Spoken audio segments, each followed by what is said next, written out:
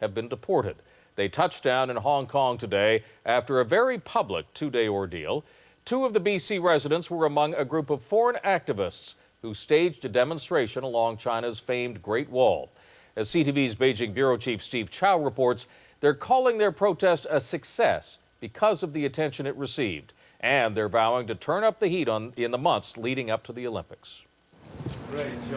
After being held by Chinese authorities and facing an uncertain future, the activists, including Canadians Sam Price and Melanie Raoul, arrived in Hong Kong, tired, emotionally drained, but defiant.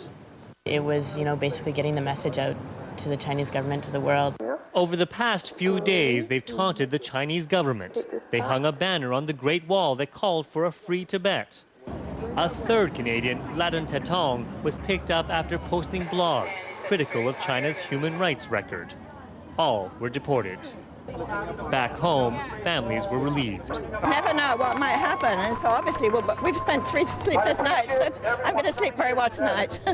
While in custody, the group says they were deprived of sleep, interrogated some for more than 36 hours, and threatened with jail time.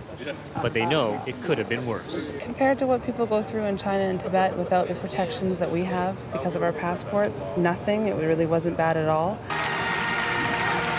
And while Beijing was celebrating the one-year countdown to the Summer Olympics, the group is calling for countries, including their own, Canada, to boycott the Games.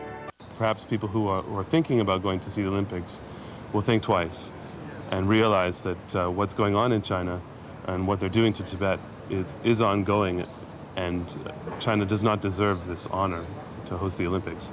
That's something the president of Canada's Olympic Committee rejects.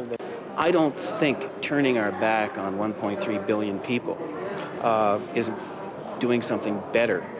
The group had their Chinese tourist visas canceled, but authorities have invited them back to the country, offering to show them how much better life is in Tibet under Chinese rule. It's an offer the activists say they may take China up on, but for now we're focusing on finding new ways to protest in the months leading up to the 2008 Olympics.